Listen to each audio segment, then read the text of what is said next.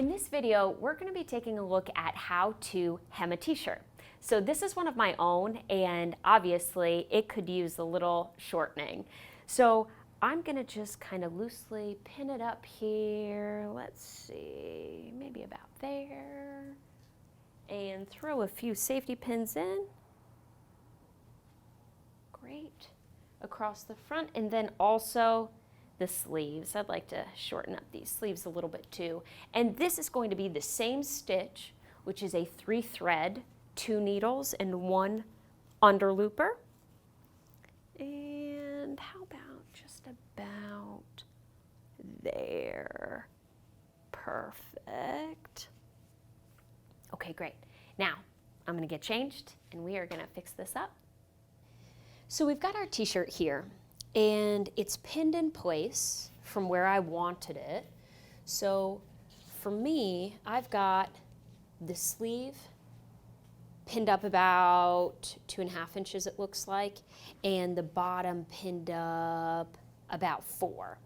So when we're laying the shirt out to measure where we want to shorten, we're actually not measuring to the pin.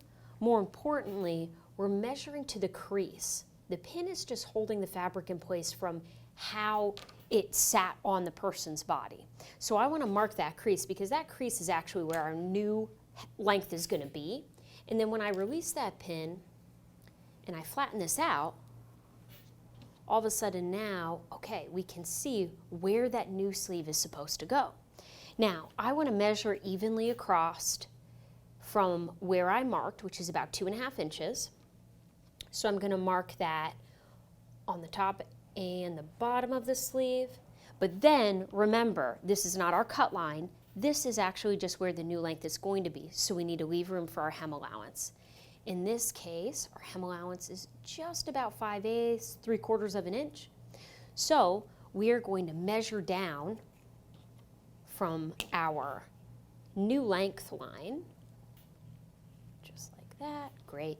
We're going to measure down 3/4 of an inch, just like that, and put our new lines in so that we can cut. Perfect. And now, with that straight across and with the edges of the sleeve matching, so that we take equal amounts off of the front and back, very important, we're going to put the ruler straight across that hem allowance line, the dashed line underneath, and cut straight across. Perfect. Great. Now we're ready to turn this under and stitch right in there on the cover stitch. So let's do the same thing with the hem. We've got our new shortened length at the bottom of the shirt, and we're going to mark with our chalk right along that crease line. Great. And then when we let that pin down, now we can see where the shirt needs to end. So if the marks aren't exactly the same, maybe they were pinned unevenly on the body, that's okay. Let's take the length that makes this the longest. So if this mark is measuring at about 4 1/4, and this one is only measuring at about 4, let's take the one that leaves the shirt longer when in doubt. So we'll measure that all the way around. And in this case, I'm going to cut the front and back at the same time. So I'm going to line up the side seams.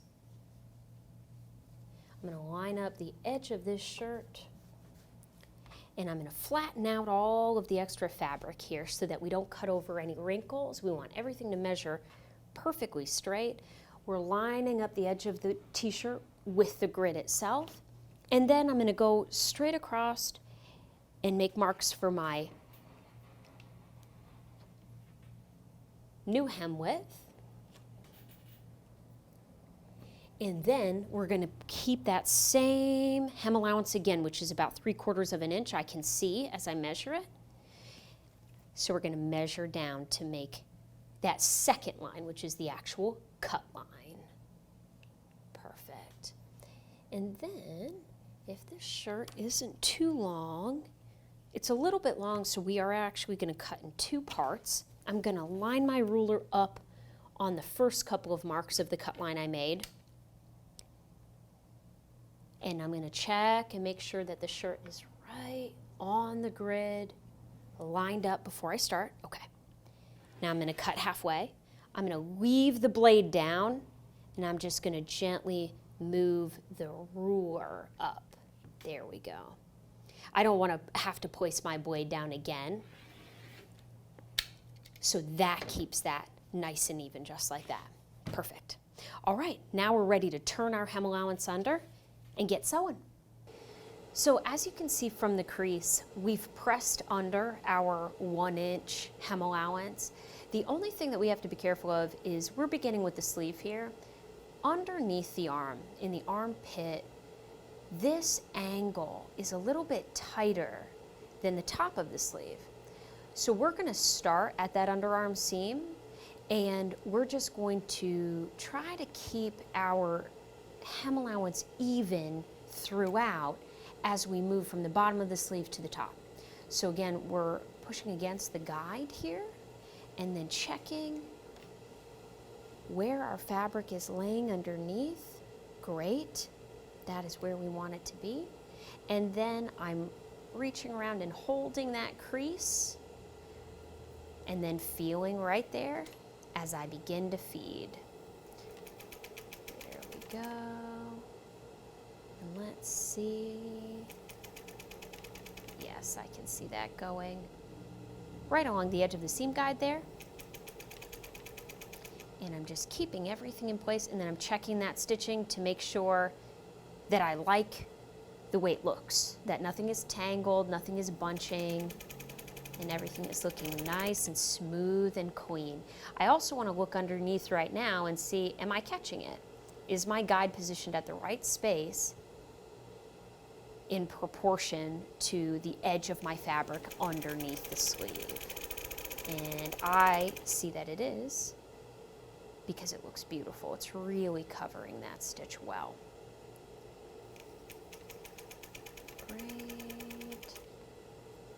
And we're not stretching the fabric as we go. We're really trying to just guide it without manipulating it, because these stretch fabrics, if they're stretched while they're sewn, they'll be distorted forever. So we're really trying to guide the fabric under without manipulating it or stretching it, just helping it position right under the needle.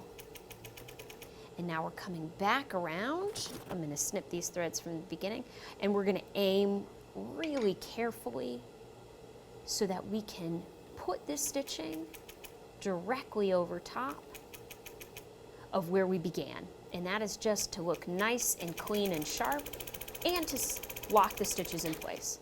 And then I'm pulling my needles up, pulling the thread back, and chopping it all off there. Great, beautiful.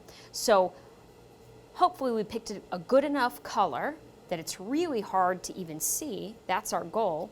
And then underneath here, we can see that we were able to get that left needle right on the edge of the fabric cut so that it's really covering that fabric as the cover stitch is intended. Now, let's take a look at the hem. Here we are down at the hem now. We want to start on either side seam, doesn't matter which one, but again, I want that start and stop stitching that's slightly overlapping to be on one of the side seams so that it's a little more hidden and less noticeable. We don't ever want to stop stitching right in the front or directly across the back of the shirt because it'll be really obvious. So we want to try, if we need to, stop or unpick to go back to one of the side seams and start again.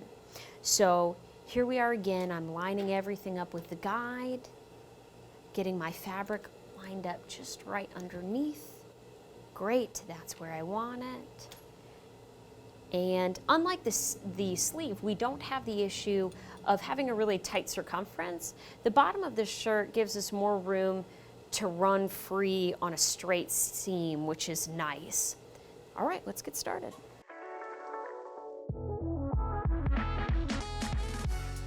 As we're coming up to the original starting point on our side seam,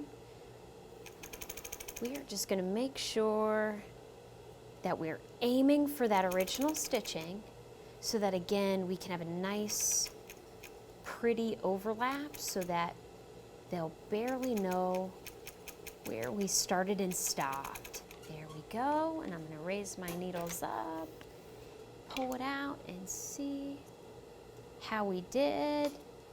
Beautiful, that's a really nice overlap, nice and straight, barely noticeable at all. That's great. So as you can see here, that cover stitch really covered the edge of that fabric beautifully. It's nice and straight, great matching color, everything we're looking for. All right, let's try it on, see how we did. All right, looks pretty good. So we shortened up on the sleeve, shortened up on the length, and now it really looks like it was actually made for me. Thank you for joining me on this 3-thread cover stitching video.